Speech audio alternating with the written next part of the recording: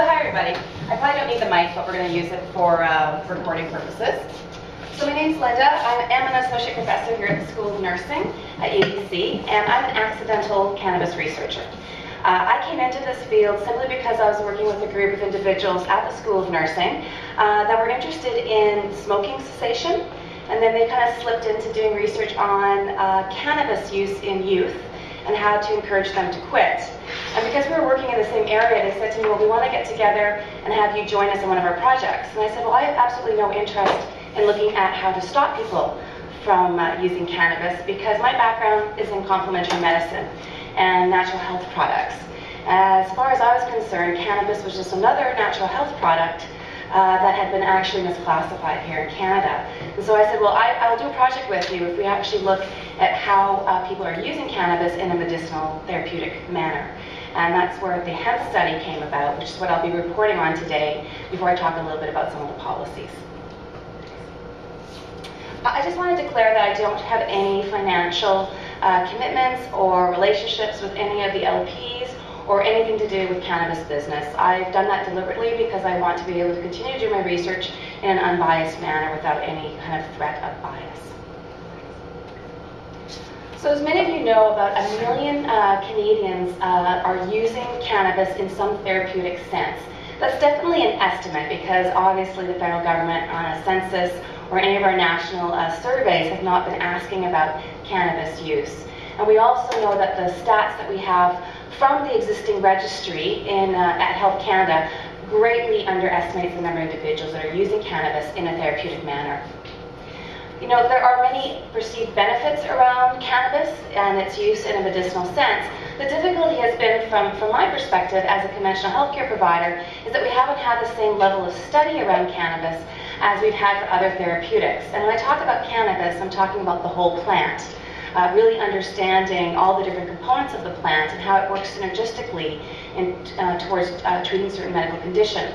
Research in North America in particular has been really limited because of its illegal status, and it's made doing research on whole plant cannabis very, very difficult. So much of the benefits that we hear about are coming from anecdotal patient stories, which is still a valuable form of evidence. But I'm really hoping that with some of the shifts in policy, we're going to see more researchers being able to actually get a hold of whole plants and be able to really have the strong evidence around its impact on these health conditions. Because of the stigma and the legal placement of cannabis in Canada, what we've been discovering in our research is that many patients are very fearful and very hesitant to discuss the use of cannabis with their healthcare provider, be it a physician, be it a nurse practitioner. And there's been a variety of reasons that have come out in the literature of why people are hesitant to talk about it. One, they're very scared of being labeled. And I'm going to go into some of those labels that people have reported to us here in Canada. They're also greatly concerned about jeopardizing their relationship with their healthcare provider. These are individuals that often had a really tough time finding a primary care physician, especially if they're living in rural, remote regions. And the last thing they want to do is to jeopardize that relationship by having their physician say to them, I don't want to see you if you're using cannabis. And the last one, which I think is really relevant in the last few weeks, is the loss of anonymity. We spoke to many individuals that are very concerned about having their name, their contact information on a registry with the Canadian government because of any changes in regulation that could then place them on the wrong side of the law. And as many of you may know, just in the last couple of weeks, Health Canada has, or did, say that they were going to be releasing the names and addresses of individuals that had licenses to grow. And on April 2nd, when they were now no longer legal, some police departments were saying that they were planning on raiding those homes and going to those homes to see if they were in compliance with the new regulations. I'm not sure if everyone knows in the room, but those regulations were thrown out, and there's a court injunction on Friday. So the whole scenario now, or all of these regulations, we're in a new reality, and I'll talk a little bit about that at the end of the presentation. So I'm going to jump right into the hemp study, which is the Health Effects of Medical Marijuana Project. We had a really diverse research team. Some of these names you may see as familiar. Zach Walsh isn't on here, but he's another individual that we've been collaborating with on various projects. But you may recognize some names. We've had individuals that have been involved in the compassion clubs in the past. We had pharmacy involved, we had education and counseling, as well as the School of Nursing. So there's a few objectives around this. Number one, we really wanted to get some data so we could really inform health professionals in terms of what are the experiences of your patients when they're attempting to access and use cannabis for therapeutic reasons. And we really wanted to document the patient's perceptions in a credible, evidence-based way of what did they perceive to be the benefits and what did they perceive to be the potential risks of using cannabis. And we really wanted to kind of start creating a dialogue of what really is the impact of the current regulations in Canada and what is going to be happening to them when they attempt to access it in a therapeutic setting. So this is just for any researchers in the room, which I'm not sure if there's many, but this was a qualitative study. So what we basically did is interviews with individuals. Some of the interviews lasted up to 3 hours, where we asked people to share their experiences of trying to get a hold of cannabis for therapeutic purposes, and what was their reaction of their physician, their care provider, and what were their perceptions around the risks and benefits. We had just 23 individuals, 13 women, including 2 transgendered individuals that identified as being female, and 10 men. Average age was about 45, which, you know, this tends to be a younger group of individuals that are interested in using cannabis. What I think is really telling is the mean yearly income. Just over $20,000 a year was the mean income, because the majority of people in our sample were living on disability, which I think has really played out in the current court injunction, the argument being that with the new license producing system in Canada, cannabis is going to be unaffordable to the majority of people that are using it. So if you think about trying to live on $21,000 a year and trying to afford $600 worth of cannabis a month, money really comes into that decision. And we had a broad range of different health conditions. Many people had overlaps between these different health conditions like HIV/AIDS, fibromyalgia, arthritis, chronic pain, as well as a variety of neurological, mood, anxiety disorders, as well as cancer. Cancer I found, and I noticed your t-shirt there, it kills cancer. We've had a really tough time recruiting people living with cancer into our studies, and I don't know if that's because many of them are using it for a short period of time. I wish you would have found me. I would have been fabulous in your study. Well, we have a new study, so you can help us with the new one. I gave you my card. Okay. Sorry. That's okay. I think what's really interesting too is the pattern of use around cannabis. And again, we haven't had a really good sense of what is the patterns of use. And according to Health Canada, most individuals are only using 1 gram, which is, to me, is a very, very low number, and they have no statistics to really back that up beyond what physicians are prescribing. And again, we're not counting everyone's going through the compassion clubs or using it without the prescriptions. So again, I think the numbers that we're getting out of Health Canada are really underestimating the amount. But as you can see, we had a real variety of people that were fairly new users of cannabis, those that have been using it for more than 10 years. Most people were using it on a daily basis. And as you can see, a lot of people did not want to specify how much they were using, and part of that was because Health Canada was calling up their physicians if they were over the reported amount that they were supposedly allowed. And so people were trying to protect their physicians by not reporting this in our study. But we had a lot of individuals that were using more than 5 grams a day. In terms of method, again, we saw a great variety. Smoked was number 1, which again isn't surprising because Health Canada has really limited us in the different products that are legal in Canada. At this time, it's only the whole plant, and most people are using it in a smoked manner, which then is kind of funny because Health Canada is saying, well, it's really dangerous for your lung health, but it's like, but you're not allowing us to offer any other routes of administration. Many people then end up making their own edibles, whether it's in baked goods or making things like juicing it. Vaporizing has definitely increased in recent years. This is kind of back from about 3 years ago. I think this number would be much higher now. And then again, the tinctures and the sprays. And in terms of access, we found that people were using it from multiple sources. While some people were using the Health Canada supply, which back when we did the study was just Prairie Plants, the Health Canada supplier, they were also taking advantage of compassion clubs, licensed growers, as well as doing it through third party. But Health Canada was the lowest group that we had. So in terms of access issues around using cannabis, go ahead. I think it's really important to understand the client context, and this became really important in our study. These were individuals that struggled just to get basic health care. So let's not even talk about cannabis. These were individuals that couldn't find a specialist for their condition, or they were refused a diagnosis of having chronic fatigue syndrome or fibromyalgia, and they've been struggling for years to find someone to look after them. So they already felt quite marginalized in the healthcare system. They were really concerned about losing the relationship with their physician that they had finally identified as being their care provider. So they also felt quite broken because they'd had such an unsupportive relationship with their physicians. To then throw cannabis into the mix was really quite scary to them. And so these people were really scared about talking and bringing up the subject of cannabis with their doctors.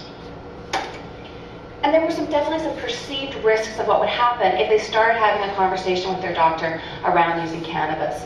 Number one was being labeled, and there was a multitude of different labels. Being an addict was a big one. Even if these individuals were on a wealth of different narcotics for chronic pain syndromes, the request for marijuana was immediately associated with you being a drug addict and you need to go get some help.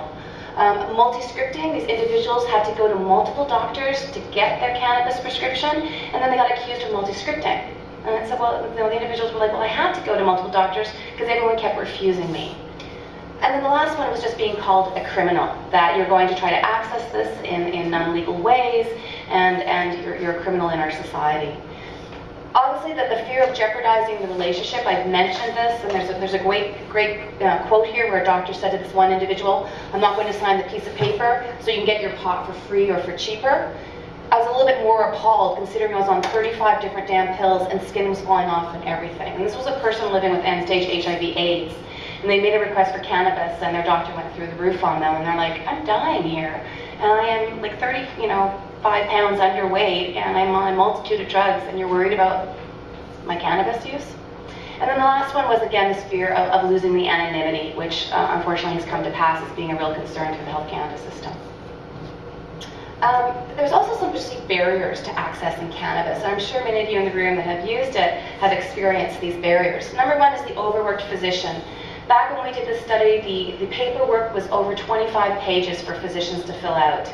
Many physicians were not eager to do that, or they'd be filing a very large surcharge in order to fill out that paperwork to the patients. A lot of negative attitudes around this. We've seen our physician associations across Canada, the majority of them have come out against using cannabis as a medicine and have actually advised their members not to prescribe it. Or if you're in places like Alberta, they require a 25-page document for their physicians to fill out and then submit to them if they write a prescription for their patients. So how many physicians are going to want to go through that process? And then there's this fear that, they actually acknowledge that some of these doctors might be scared of reprisals from their associations, from law enforcement, or from Health Canada. And when Health Canada is calling you up saying, I'm noticing you're prescribing more than 5 grams a day to your patients, what are you doing? I can't imagine any other health condition or prescribing practices where the federal government would call you up and say, what the heck are you doing, except it was something around methadone. So this was very invasive in terms of patients or physicians' practices. There were also some social barriers, and people said, the illegal status of cannabis in society has really negatively impacted me. I live in social housing, and I've been told I can't smoke cannabis, even if it was for medical purposes. People were saying that my workplace doesn't support me in using cannabis, and if I got caught, I may be fired. And a lot of people had very negative reactions from their family members, including some individuals that said my family no longer speaks to me because of my cannabis use.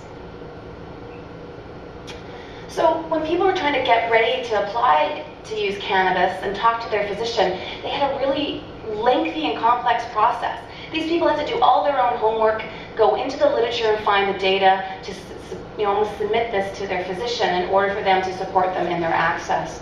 They had to actually try it. We had about 3 individuals that said, I went on cannabis for a year, told my physician, they refused to support me, and I kept coming in, and I kept saying, do blood tests, check how I'm doing. And by the end of that, we had half of them that said, the physician said, you are so much better now, I'm going to support you. But they had to wait a year to get the official support from their physician.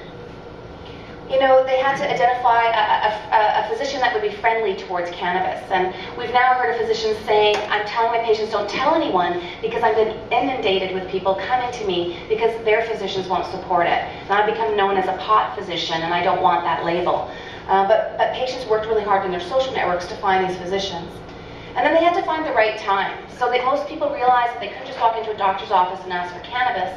They had to have like a 6-month relationship with this physician before they could even raise the issue with them without them being seen as just being a drug-seeking patient. So there were individuals in our study that actually was quite an anticlimactic experience where they were all geared up for this big fight, and they went in and the doctor said, of course I'll sign it. So it's like, okay, that was great. But we had some individuals where it was very negative. We had patients that were told, get out of my practice, I no longer want to see you, and they were fired by their physicians. Other people refused or they delayed signing the Health Canada form. Some people for up to 18 months had to wait until their physician was willing to sign the form.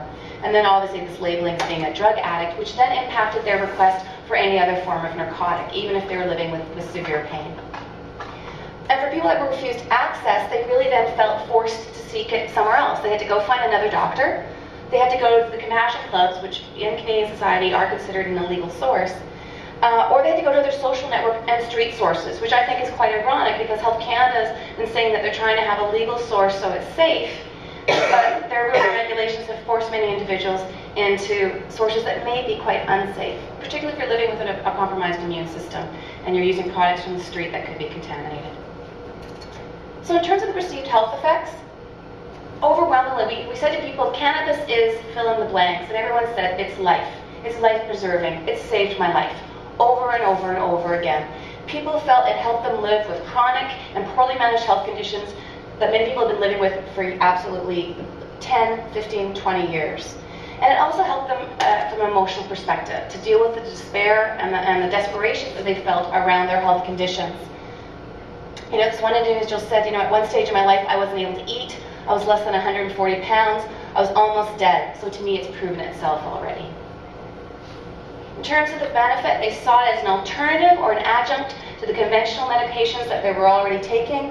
And for many, they felt it was helping them manage or actually stop the progression of chronic illnesses that they were living with, such as MS or living with like a seizure disorder. It also, for many individuals, helped them adhere to their conventional medicine. And from my side of healthcare, that's key to get people to adhere to their medications. And if cannabis is allowing people to stay on their antiretroviral medications because they have HIV/AIDS, that's a huge cost saving to the system as well as a better outcome for the patient.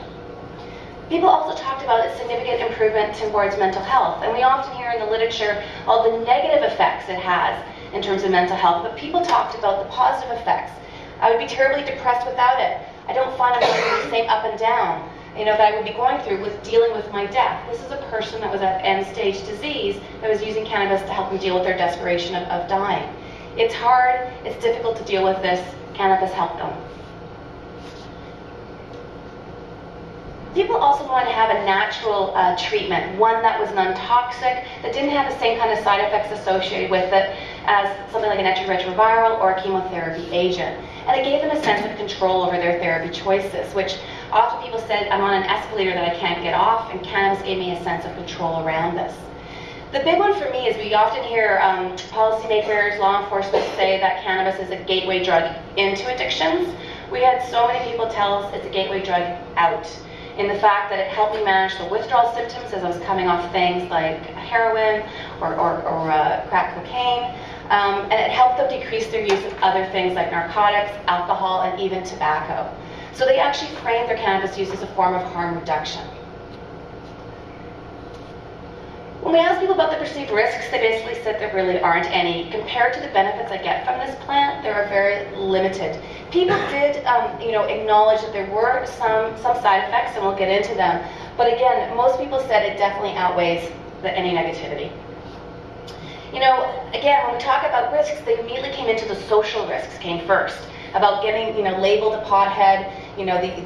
Some people talked about the addiction, but they actually talked about it more as a dependency than an addiction, which the literature actually supports. And they also said, I do try to limit it, so I'm addressing my symptoms, and I'm not moving it into kind of a recreational use of the drug. In terms of smoking risks, people did talk about it. They said, I feel quite limited because I get the whole plant. I'm not able to get the tincture legally, or in pill form.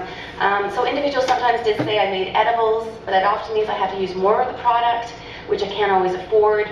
So people did try to talk about how they limited their smoking risks. They know it's the poorer version, But they also felt that taking it through other routes is very unpredictable. And for those of you that know about self-titration, it's much easier when you're doing it from a smoked form than if you're doing it if you're eating something like a brownie.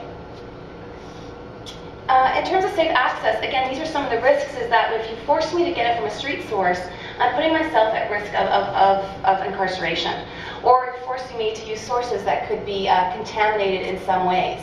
And people were quite concerned about trying to avoid any kind of overt criminal activity, and they actually felt that the cannabis prohibition was causing more damage and more risks to them than any of the health risks. And so just a little bit on stigma that came out over and over again in this study. You know, and we framed this, one of our articles is called When Medicine Comes in a Joint. And really people said the social stigma around the recreational and legal status of cannabis really was overshadowing its medicinal value. And I think we've seen that rhetoric over and over again from the government as well as in the media. You know, it says, no one says you're a junkie if you've got terminal cancer and are on heroin, which happens in the UK, or if some people use methadone. We use methadone at the BC Cancer Agency to treat certain types of chronic pain. But it doesn't matter why you're on marijuana. If you're on marijuana, you're a pothead, get the hell away from me. That was the response people were getting within the healthcare system. And so people felt very stigmatized by law enforcement. So we had these incredible stories of people saying, you know, it's all fun and games when you get approached, you know, once by a police officer, second by a police officer. After the 10th time, you're getting a little tired of pulling out your card, having all their friends come over to giggle about it, laugh about it, phone it in because they have no idea what they're looking at. So people said they felt quite stigmatized by law enforcement. People were getting raided and their plants being thrown out despite having production licenses to do so, or they're getting kicked out or being investigated by their housing authorities, again, despite being a license holder. So people said they really worked hard to keep it undercover, so using the vaporizers, you know, making sure that they didn't have, you know, smoke that could be smelled, making sure that they weren't using it in their workplace, working very hard to try to convince others of the benefits, doing everything right. So even though you couldn't really get the source that you needed through Health Canada, still going through that process, so you had that legal status. And then some people were taking the route of this is a human rights issue, which I think we've seen over and over again through all the court cases that have come forward. So bottom line of our hemp study was that perceived benefits greatly outweighed the perceived risks. So all this documentation and educational material towards patients talking about harms, patients are not processing that. To me, education can't be pejorative. If we want to talk about using cannabis, we need to talk about how to do it safely, how to do it from a harm reduction perspective. You know, people had significant barriers to legal access. I have no sense that it's going to be easier or better with the new regulations when or if they come into effect, because it is solely going to be the responsibility of physicians and nurse practitioners, and I'll talk a little bit about the problems with that. You know, patients were forced by the system of society to seek alternative means, and this was part of the recent court injunction, is that people were actually saying, you're forcing me to place myself at risk by accessing it through illegal sources. And the judge agreed with that statement.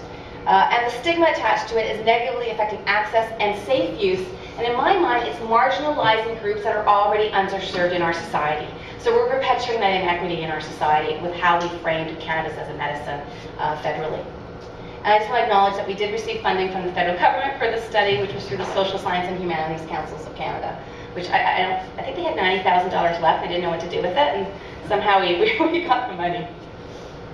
So in an attempt, so the new regulations, for those that don't know, and I'm going to quickly talk about them, but the NMPR were the new regulations that were coming forward that was really shifting how people access cannabis in Canada and how it was produced. Health Canada's evaluation plan around the new regulations was limited to talking to the licensed producers and surveying the licensed producers to see how much they were producing, who they were sending it to. Nothing from the patient perspective was planned from Health Canada's perception. So we decided to develop the Canary Study, which stands for the Cannabis Access Regulation Study. And it actually just launched 3 weeks ago. And we were attempting to get a cohort of 300 people before April 1st when the new regulations were coming on board. The regulations have now been thrown out, so we can keep our survey open longer. But if any of you are interested, you can go to the canarystudy.ca and learn a little bit more about what we're doing. And really, it's about trying to get a large sample of Canadians that are using cannabis for medical purposes to get a sense of where they're accessing it, how satisfied they are with the services and products they're receiving, also get a sense of their use of health services, as well as their use of things like different medications. and really follow them over 18 months and do multiple surveys to see how that's shifting as the regulations were changing. And this is because, back, since 2011 or 2001, we've had 35,000 people licensed under the old MMAR, the medical marijuana, and I don't spell it with an H. In fact, I always call it cannabis, but the federal government still insists on calling it marijuana, access regulations. And under those MMAR, the idea was that you could only legally access cannabis through the Health Canada, which had one grower called Prairie Plants, which was in a mine in Flin Flon, Manitoba. They did have licenses because of a court challenge that people were allowed to grow their own cannabis in limited amounts for their own purposes, or people could be designated to be growers for people that were unable to grow their own medicine because of their health condition.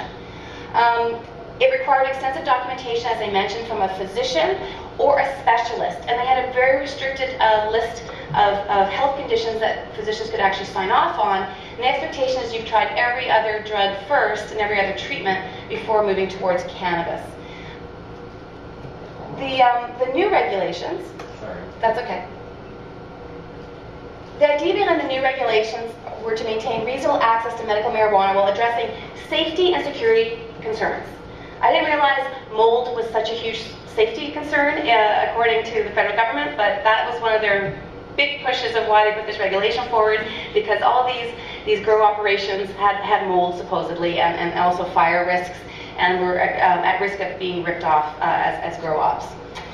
So what was supposed to happen is April 1st, these people were going to have to either, Health Canada stepped away from the authorization process. So basically it's a 2 to 5 page form that any physician could fill out, or any nurse practitioner could fill out for a patient living with any health condition that practitioner deemed cannabis would be helpful. So it really did kind of open up who could get access. It also simplified the access process. The difficulty has been is most of as I've mentioned, the medical associations have said we don't support our members supporting this, and nobody checked with the nurse practitioners. So the nurse practitioners were consulted about this, and our provincial regulations across Canada do not allow nurse practitioners to actually prescribe cannabis. So the question is whether anyone's going to be actually able to access it through their primary care provider. We've had 400 applications for licensed producers. So they've shifted from having one grow op at Prairie Plant to hopefully having these national licensed producers, commercial businesses across Canada. They've had over 400 applications. They've only approved to date 12. We know there's more in the pipe, but right now only about 12 have been approved, and only about 8 of them actually are ready to send out product. And we don't know whether there'll be enough supply for everyone that wants to go through the legal route. It remains restricted to dry cannabis. So again, no pills are allowed, no tinctures are allowed, and edibles remain illegal through that system.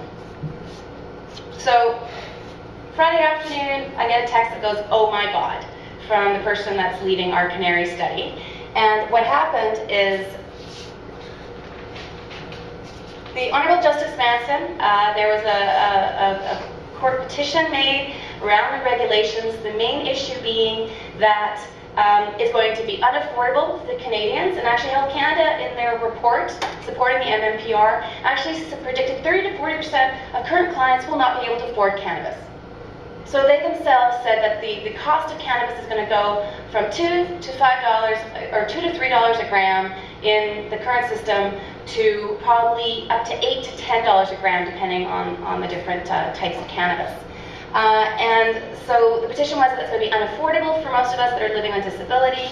And also we don't know if we're going to be able to get access in terms of is there going to be enough product made available. And so the Justice Manson said that individuals who are authorized currently to possess or produce marijuana may continue to do so after March 31st until their constitutional rights with respect to the MPR are decided at trial.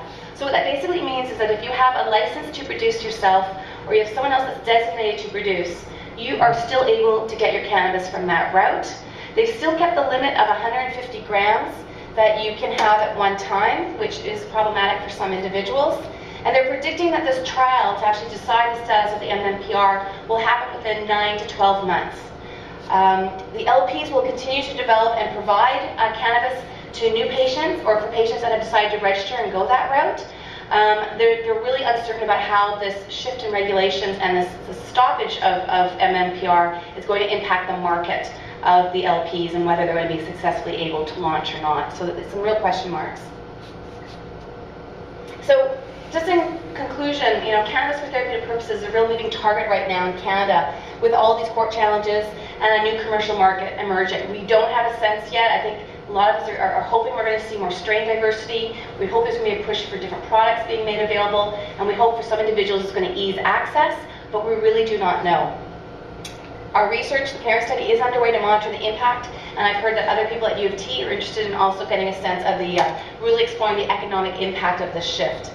And so there is, I think, some hope for the future. I think we're seeing increased education around cannabis and increased research happening around the plant itself and its therapeutic values. And I have seen in conversations that we are starting to see some shifts in healthcare providers being more open to cannabis as a therapeutic route, as well as law enforcement and some policymakers are being more open to talk about this. And as we see the shifts in the US around legalization, I think that's feeding into this as well. And I am seeing decreased stigma around it as we see more and more patient stories hit the press, and more people are starting to understand its value either through friends or through family members. So, thanks very much.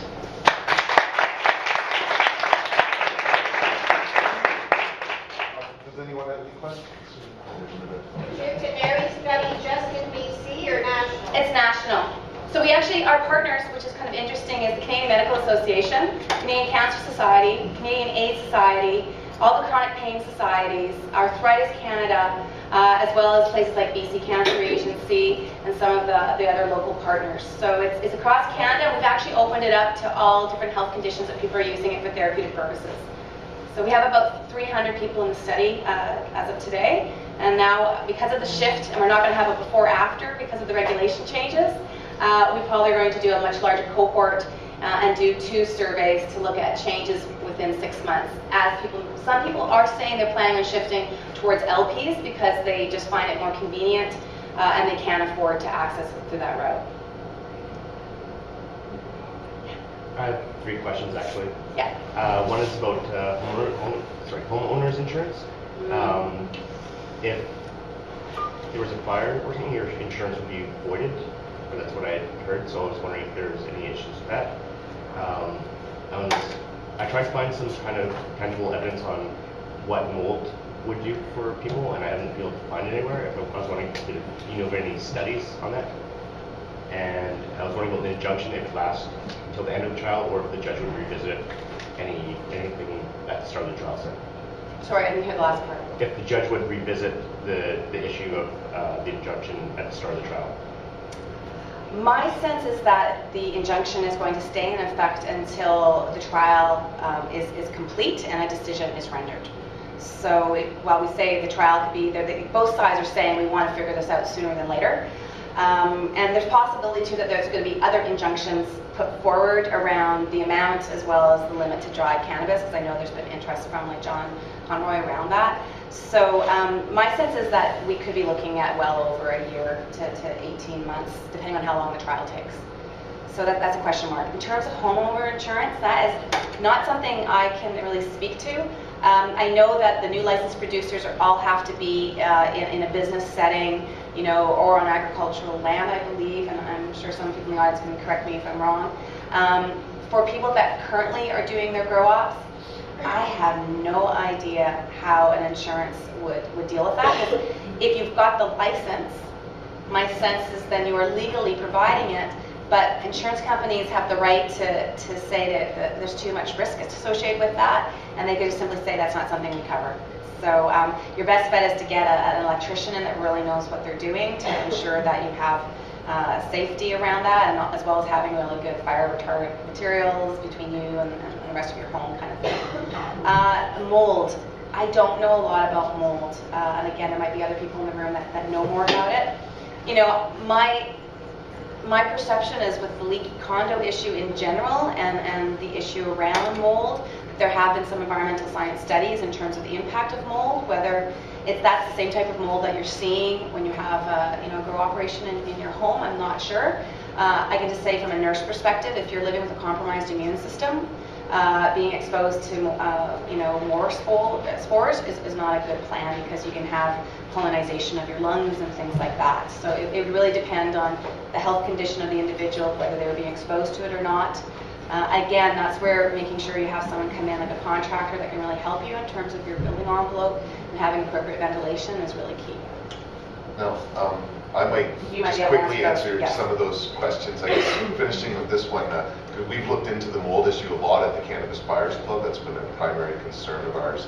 And there are no studies. There's very little information out about the levels of mold in terms of the point at which it would compromise health. Mold is in most plants. And so there are no specifications from Health Canada on the amount of mold that is being allowed. We've been really looking into that because we want to meet or exceed any standards in the dispensaries that Health Canada is putting out for licensed producers. But there doesn't seem to be any concrete evidence to go by. And in fact, the best means by which that we've found to look for mold is to literally go bud by bud through every bag we get and look under a microscope. And my understanding is in the United States, that's the main means by which to do it, because you can have a plant where the mold would be concentrated in some of the larger buds, but not necessarily on the smaller ones. So, just because you find some nuggets on a plant that don't have mold doesn't mean that there isn't on other parts of it, right? And so it really is a bud by bud visual inspection. That's the best way to go about it. And if you look at the MMPR regulations, there's whole sections that talk about good manufacturing procedures and quality assurance. And that, I guess, it's, in my mind, is one of the pluses, in the sense that there is going to be that standardization through the LPs, and the attention to the different ways that it's being produced. The question still is around things like genetically modified seeds, using some places, using radiation, to deal with those issues. Is it really an organic, product or not? Some are saying that they're going that route, others not necessarily. So we really don't have a sense yet. And again, people like David, or you might have a better sense of where the licensed producers are going. I think what's going to be interesting is it's going to be driven by the consumer. So that's why some people are saying, it's going to be easier to go this route than continue to grow myself. Now, the insurance issue is a very difficult one. If you don't tell your insurance company that you're doing this, then if you have a problem, you're not going to get insurance. That's the way they work with everything. If you tell your insurance company that you're getting a license to grow medicine for legal purposes, you're likely to have your insurance plan canceled at that point. So you have to seek out one of the very few insurance companies that will allow medical marijuana grow off to be included in their plan, and then you pay through the bills. The third question that you had about the injunction is... sorry. The third question that you had about the injunction, many people are curious about. It's my opinion that whatever decision the federal court comes up with will be appealed. So this next level will not be the final result. The next question then will be, after this decision, the court will have to again determine whether or not to allow patients to continue to grow until a final decision has been reached by the Supreme Court of Canada. Given that the first round, and we won't see the same judge again, it'll be a new judge or judges at each level, but given that the first judge determined that irreparable harm would result if patients couldn't continue to grow, one would hope that that decision would continue. But that decision was based upon patients' inability to purchase medicine. If licensed producers in 6-8 months' time have various strains of cannabis available for $2 or $3, the judge might, or judges may determine that that economic impediment is no longer there.